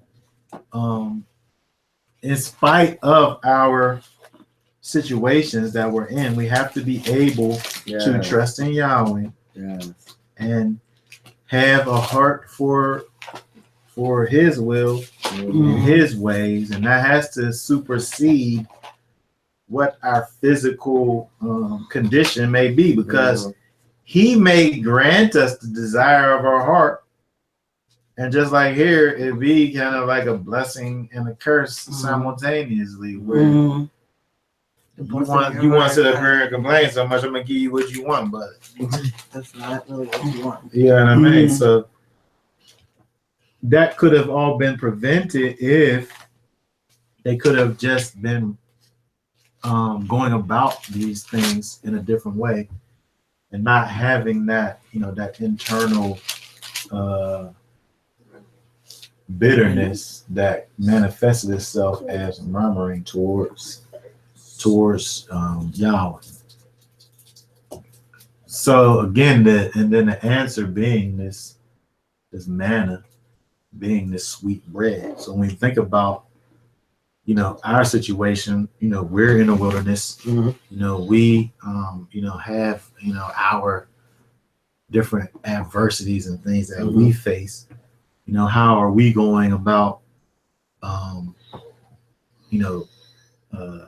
managing through our wilderness? Are we sitting up here complaining about our situation, or are we blessing Yahweh inside of our situation? Amen. If they would have went about this in a whole other way, they obviously would have had a whole other group of consequences that was connected to it as a result. I guess eventually they got over the food thing because they, we see it at the beginning and they don't talk about it anymore. In the last 40 years, they were thirsty other times, right? They were thirsty other times. But they didn't talk about this food stuff anymore, and it lasted for 40 years. Did they ever? And that's another. I don't know if I read it or not. They never even spoke on what y'all brought them through. They always thought about what the lifestyle they used to live in. They never say, "Well, he brought us to the Red Sea, and he separated us from all that pain that we seen the others go through." Nobody never mentions that. Well, when you look back, Moses wanted for them. When you look back at the beginning of 15, and gives you the Song of Moses.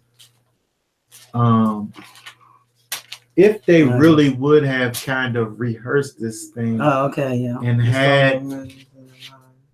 Right, if they really would have rehearsed this thing and rehearsed all the greatness of Yahweh on a continual basis, maybe they would have had some better kind of interactions, but they allowed for their kind of mind frame to be shaped and molded by their circumstances. And we don't know who was at the forefront. If it was the mixed multitude who was always having all these things to say about how good it was, that's one way to think about it. But it's possible that it was also the Israelites who was sitting up here saying these things that's totally baseless, but they're at such a kind of an ungrateful place where sometimes we be in a situation and you sit up here and talk about something that you're going through that like it's the worst thing that ever happened to you. Meanwhile, you just had something that was pretty bad happen to you that you're not thinking about because that thing's not happening to you currently. Sometimes we get into these things where it's like the end of the world is happening, everything's crushing you, everything's falling apart. Right. But once you make it through it, you realize that it wasn't that bad. Right. That's what I say when I think about my circumstances sometimes, or think things is going bad, and I think about what Yeshua went through. I'm like, mine is just an ouch. Yeah. It's not that bad. His is torture. Compared to, compared to what I think I'm going through. It's just an ouch moment. Yeah, that would be all of us. That would be all of us. Yeah. Right. Or not even Yeshua, even just like when you look back at every one of the disciples. Exactly. They died a terrible death. Exactly. Bald, beheaded, and all types of things. I mean, like John couldn't even die. He had all kinds of things happen to him before he died, but it's like we don't see it. Look at our situation as if it's like the end of the world, right? Because I feel like things could be a lot worse. Can we endure that? Because they endured some stuff, beat down, thrown in jail. Yes, they did. Lions, dens, fires, and people that protested and said they're going to stand their ground. And even now, when I listen to the radio, when they be speaking of those people that turned and gave themselves, the Muslims and stuff, when you listen to it, and what they're going through, even right now today, we're not going through half of the stuff that they go through. Their families being martyred and killed, and they had to exile and got a few minutes to run from their home in order to survive. We're getting there, but we haven't got there. Not yet. Persecution, no. And so if we as people can't just get through regular life things happening, and get into a place of murmuring just as a result of regular life. What happens when real extenuating circumstances come about? Straight off faint. Right. So we really have to be able to allow this tree to be planted into those bitter waters and cause them to be sweet. We really have to allow Yeshua really to enter into our situation and actually change how we deal with the situation. Sometimes he may indeed change the situation, but sometimes he's not going to change the situation. He's just going to change how we perceive the situation. We still going to be in a place, and the bitter water is still going to be there, but he added to it is going to make it palatable for us. So it's the same thing. Like, when we get into our life situations, we have to be able to have Yeshua at the forefront and be able to apply Yeshua to every situation and allow him to sustain us, to be there as that sustaining force that gets us through. Because that's what he's there for. When we look at this whole thing with the manna, Yeshua, he's a bread of life.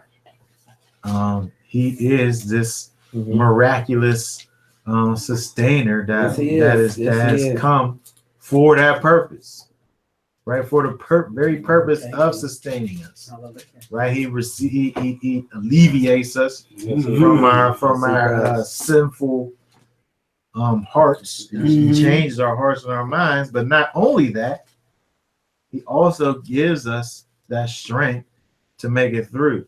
Yeah. So we have to be able to look at and understand what he's done for us, how he is that tree that is, that adds the sweetness to our bitter places. I just wanted to say one other thing was just that, looking back at how we was enslaved and everything, people are real bitter about that. They're really bitter about, I mean, even what's happening now, all the abuses and stuff like that now. But we still have joy, you know what I mean? Like, because we have Yeshua. If all we had was the bad things that has happened in the past and it's happening now, that will get you feeling a certain kind of way. But if you're looking at it from an eternal perspective, there's joy. Right. So when you think about that, when you mention that, and you think about this whole idea of people being bitter towards those that have suppressed us historically over time. Yeah. You have this bitterness inside of you, and then say that they're operating in and through the power of Yeshua. It doesn't make any sense. Those two things are not congruent with each other. Yahweh said, if you do not hearken unto my words, then this is what's going to happen to you. Yeah. You're going to receive the diseases of Egypt.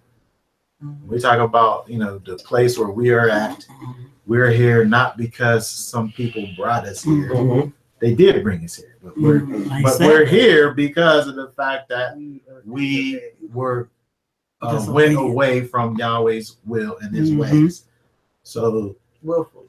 Right. So you can't sit up here and be mad at the jailer when you're the one who did the offense in the first place, right? The answer is to find Yeshua. And when you find Yeshua, he removes that bitterness, right? If he didn't remove that bitterness, then you ain't never found him in the first place. Because when we talk about this root of bitterness, that's that poison, that poisonous heart that's on the inside of man. The Spirit of Yahweh heals that. The Spirit of Yahweh heals that bitterness that's on the inside of you. The Word of Yahweh heals that bitterness. Yes, indeed. So these people out here who got all of this bitterness and hatred on the inside of them, as a result of your condition that you're in, those people need to really find out who Yeshua is, because if they did, they wouldn't be there like that. It wouldn't be. And sometimes you got to show them, like, this is how we get. And look at the Exodus. This right there, with Yahweh said that will happen to us. He said this, and he did what he said he was going to do. Like he said, and everything, you turn back, you out. You have internal life, you have peace. But if you don't know, sometimes people just look for things just to stay bitter. You try to divert them from being in a situation. And even with the news, what they do, they play the same thing over and over to make you think something is really going on, a murder that happened 10 years ago. They bring it back up because it just come in the trial. So they replay that tape over so we can think. And I always say, what we see today, I'd rather see today from when they was back that day, because billions was killed at a time. Compared to, I'm not gonna say killing is good, but I'm just saying, if his wrath was on us like it was back then, none of us would be here. People. I want to read Deuteronomy. I want to read these couple verses before I look over here at Isaiah. But when you look at Deuteronomy, you look at Deuteronomy 28 and 58. It says, "If thou wilt not observe to do all the words of this law that are written in this book, thou mayest fear the glorious and fearful name, Yahweh the Elohim, will make thy plagues wonderful, and thy plagues of thy seed even great, and of long continuance, and sore sickness, and of long continuance. Moreover, he will bring upon thee all the diseases of Egypt, which thou wast afraid of, and they shall cleave unto thee. Also, every sickness and every plague which is not written in the book of the law, so other stuff too, in addition to all the stuff that you've seen about, then will Yahweh bring upon thee until thou be destroyed. What verse is that? That was Deuteronomy 28, like 58 through 60. So people want to sit up here and have all this bitterness, not realizing that that bitterness that you got is a curse on you. And the only way to get that curse off of you is through Yeshua. Mm-hmm. The only way that curse is removed is by Yeshua. Thank you, Lord. So until you really have that real, true conversion experience, then you're just gonna be better. You're just gonna have poison on the inside of you until you get that cure. That cure. Okay, so we hear about the cure over in Isaiah 49.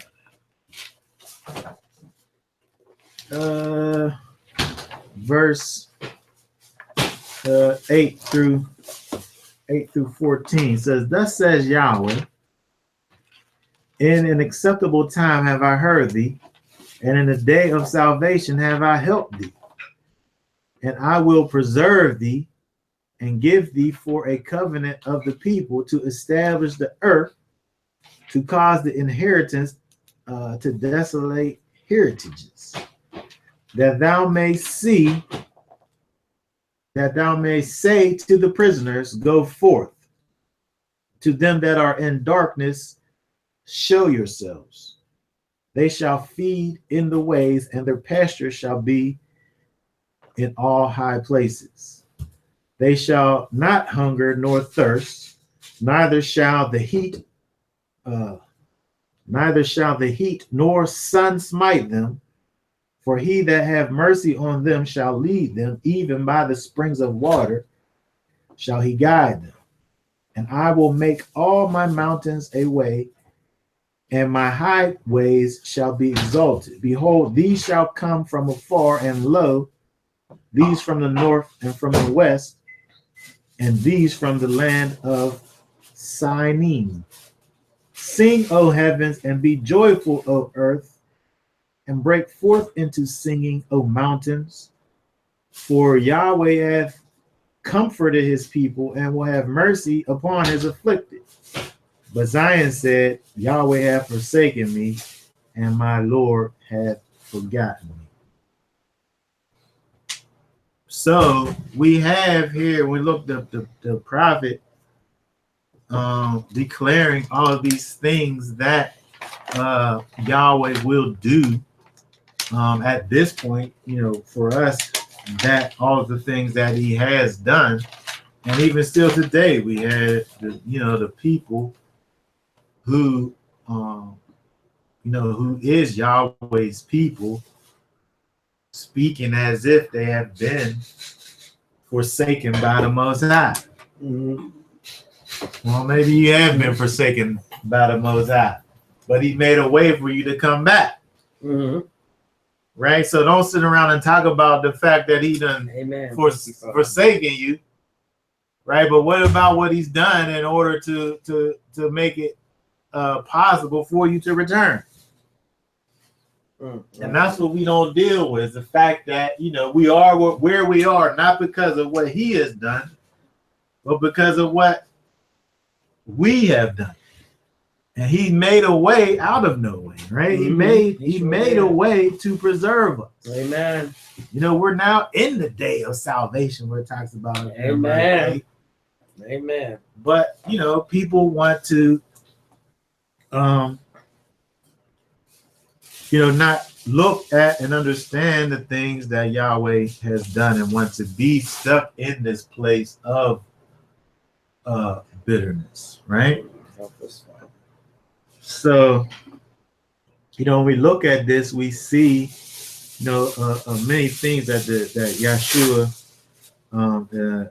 makes available to us in terms. We look at verse 9, that thou may say to the prisoner, go forth, right? Those that are bound and locked up, no matter what that may be. You know what I mean? We talking about being a prisoner. That's what this poisonous bitterness is being a prisoner, to your situation and your circumstances, right? This root of bitterness, this poison that's inside of you, this thing that holds you back from flourishing. The Messiah has come, to say to you, go forth, right? When you're in darkness, when you talk about darkness, we think about the idea of spiritual darkness and blindness. Here it says show yourselves, right? So how do you show yourself in darkness but by being that light, right? Which what Yeshua says we are the light of the world, right? He provides food for us. You won't be hungry. You won't be thirsty, right? All these things that we see provided for us by that will be provided for us. And then we get down to verse 14 says, but Zion said, Yahweh hath forsaken me, right? Which is just kind of typical for, unregenerated. This is where, it takes faith to be able to look at our situation, and in spite of the situation, to be able to accept, what it is Yahweh has for us. As prisoners, to be able to be a prisoner and accept that word that said for us to go forth. To be in darkness and accept that word that says that we are to show ourselves, right? It takes faith in order to do that. It takes faith to be able to be in a place of starvation and thirst, to be in a place to be able to go forth and not be hungry and thirsty, right? It takes faith, right? So, but we dealing really with a faithless generation. So we really have to be the ones that go forth with this message of Yeshua and letting people know that there is indeed hope, right? There is a way out of all of this darkness and these prisons that we are in. Amen. When we turn to Yeshua. Amen. We turn to that bread from heaven. Okay, so just lastly, we look over at Philippians, where it kind of gives you kind of a, this,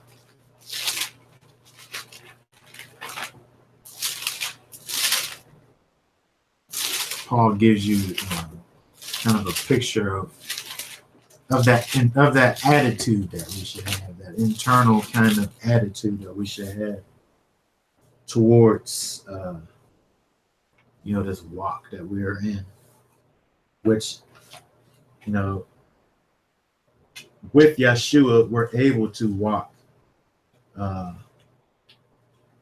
in a way that's not something that we're able to walk by faith, right? Not by sight. Look at Philippians what is it, 4 and 4 through 20. I guess that's the rest of the whole, that's part of the chapter 4. Philippians 4:4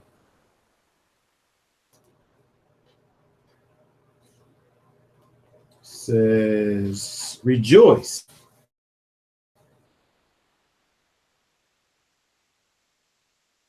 All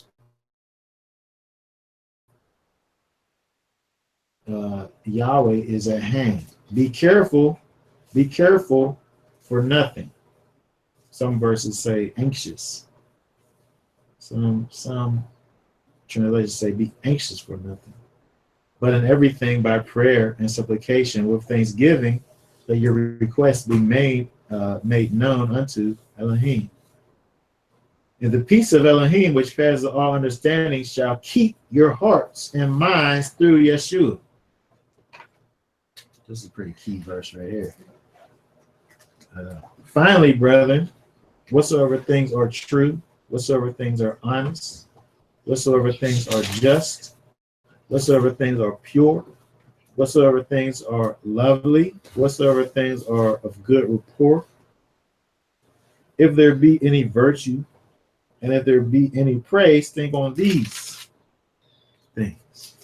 Those things which you have both learned and received and heard and seen in me, do. And the Elohim of peace shall be with you. But I rejoiced in the Master greatly, that now at the last your care of me hath flourished again, wherein you were also careful, but you lacked opportunity. Not that I speak in respect of want, for I have learned in whatsoever state I am, therewith to be content. I know both how to be abased, and I know how to abound. Everywhere and in all things I am instructed both to be full and to be hungry, both to abound and to suffer need. I can do all things through Messiah, which strengthens me. Notwithstanding, you have well done that you did communicate with my affliction. Now, you Philippians know also that in the beginning of the gospel, which I departed from Macedonia, no church communicated with me as concerning giving and receiving, but you only. For even in Thessalonica, you sent once and again unto my necessity, not because I desire a gift, but I desire fruit that may abound to your account. But I have all and abound. I am full, having received of this person here, and this Greek name, Epaphroditus, the things which were sent from you, an odor of sweet smell and sacrifice acceptable, well pleasing to Elohim. But my Elohim shall supply all your need according to his riches and glory by Yeshua Messiah. Now unto Elohim and our Father be glory forever and ever. Amen. Salute every saint in Messiah Yeshua. The brethren which are with me greet you. All the saints salute you, chiefly that are of Caesar's household. The grace of our Lord Yeshua Messiah be with you all. Okay, so when we look back over here, where Paul is speaking to these people over here in these Philippians, in terms of them showing forth what it looks like to actually be somebody who walks in Yeshua, where it actually looks like something. It's not just about you saying, well, I am a follower of Yeshua, I'm a believer, you know, I live for Yeshua. It actually looks like something, right? And it don't have nothing to do with your situation and circumstances. It says over here, rejoice in Yahweh always. And again, I say rejoice. It don't say because of all the good things that are happening to you. Right? It don't say nothing about a why apart from Yeshua. Let your moderation, what's that word there? Moderation, mildness, patience, kindness, moderate what? It says forbearing spirit. Let your forbearing spirit be known unto all men. Yahweh is near.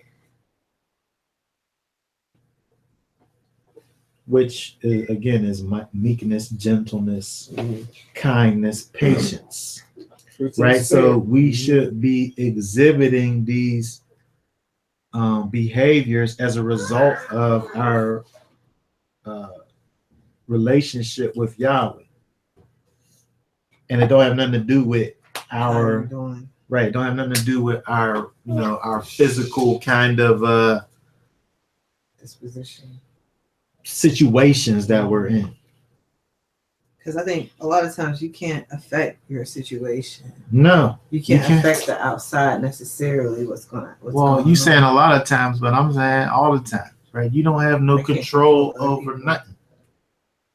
Right? We don't got no control over our own self, let alone other people and how other people deal with children. Right? So that being said, you can't allow those things to dictate, how you are, your behavior based on that. It's based on your relationship with Yahweh. What your verse 6 say? What is it anxious? Be anxious for nothing. Like the people was anxious over food and drink and stuff. Mine says be careful for nothing. Yeah, King James says careful, but that word is anxious or kind of fearful. Like, I'm not going to sit up here and be worrying. I'm not going to sit up here and be worrying about this thing and that thing, where it causes me to get outside of, who Yeshua is having for me to be. But in everything, by prayer and supplication and thanksgiving, let your requests be made known unto Elohim. So instead of worrying about a thing, just give that thing to Yahweh. Yes. Instead of being all anxious about something and worrying about this thing, let Yahweh deal with the thing. Yes. And trust in Him and that He's able to fix it, and realize that you and none of your own self don't have the ability to change. Yeah. And then verse 7, and the peace of Elohim, which passes all understanding, shall keep your hearts and minds through Messiah Yeshua. Right? So when you do give those things unto Yahweh, not that he necessarily even changes it necessarily. But this don't got nothing to do with it. It got to do with that peace of Elohim, which passes all understanding, which is able to give you peace in a situation of the situation. And keep your heart and your mind through Yeshua. And then finally it says, family, brethren, whatsoever things is true. Well, I mean, when you go through all these things, that can't be nothing about nothing but just thinking about Yeshua. Just think on Yeshua.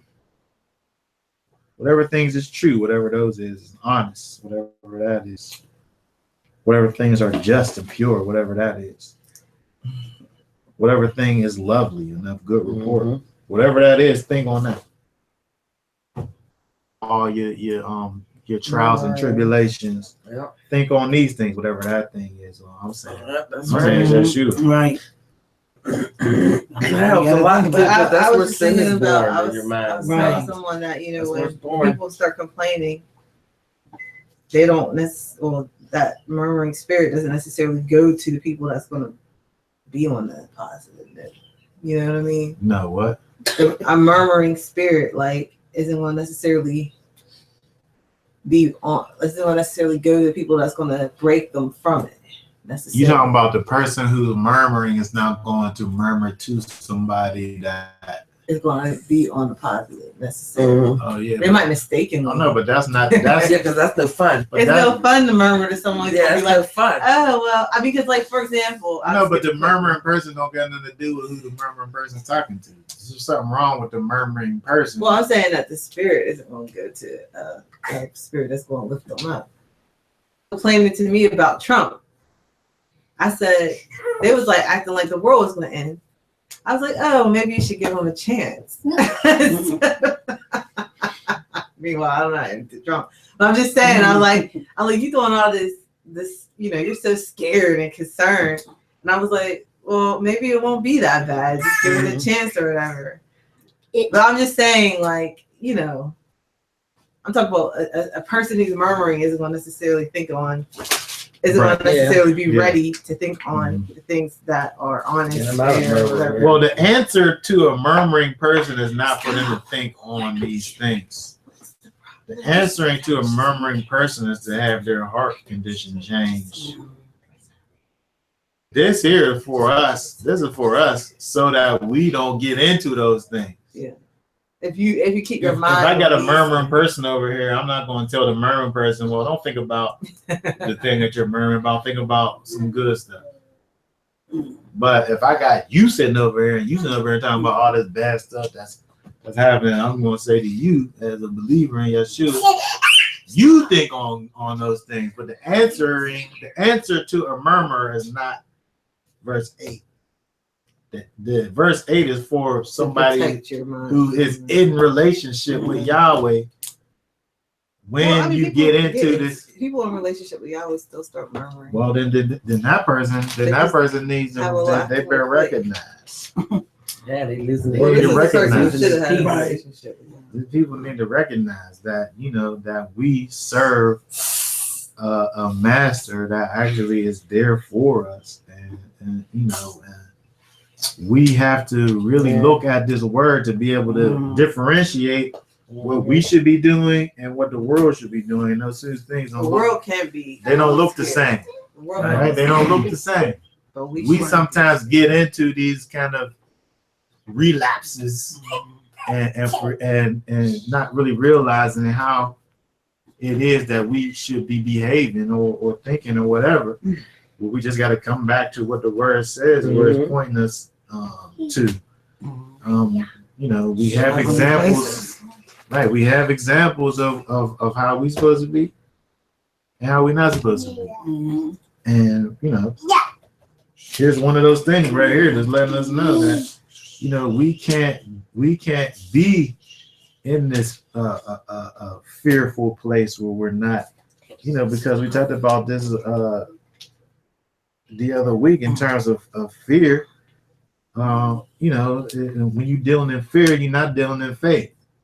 Right. You letting that thing dictate what your situation is, as opposed to just being able to trust in Yahweh. So here he's telling us, he's giving you all of these things where if you just erase true and honest and just and pure and lovely and good report and virtue and praise and just put Yeshua right there, Yeah. that's the answer. When we think about the one who came to save us, he didn't just come to save us from sin. Right? He came to sustain us, just like that manna. He came to get us through this wilderness experience. And we could either let the wilderness be our God, Yeshua. We let Yahweh be our God. And that's what it looks like. Paul is kind of admonishing these people that we have the ability to be able to kind of transcend some of these things when we trust in Yeshua and let and allow him to do what he actually came to do for us.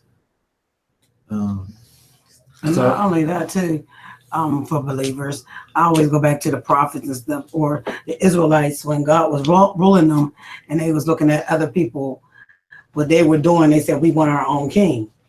Oh yeah. And so right now we're still looking at the president as we want our own king and we want him to be right. That's not our king. So if we get out of the thought of that he's not supposed to be ruling us, we're supposed to be looking at the heavenly realm and get out of this world, but we won't get out of the world. We are still standing here with the other people worrying about man-made king that they calling who's up there now? Trump. So, and this is the same thing. We won't look at God and stay with him. We're worried about what he's going to do, because God is allowing him to be up there for whatever reason. Away from Exactly. Yahweh. And I always think that, for me, my thought is Trump is to gather people, because look at the nations are coming together because of what he's doing. So therefore setting it off for us. So, and still we need to look at ourselves. We're still relying on the man instead of relying on God. And we got to get up out of that. Everything we fear and we tremble about the Medicare and all this and that. As far as I'm concerned, no president was for the black people in the first place. It was never for me. They just need our votes. That's it. That's it.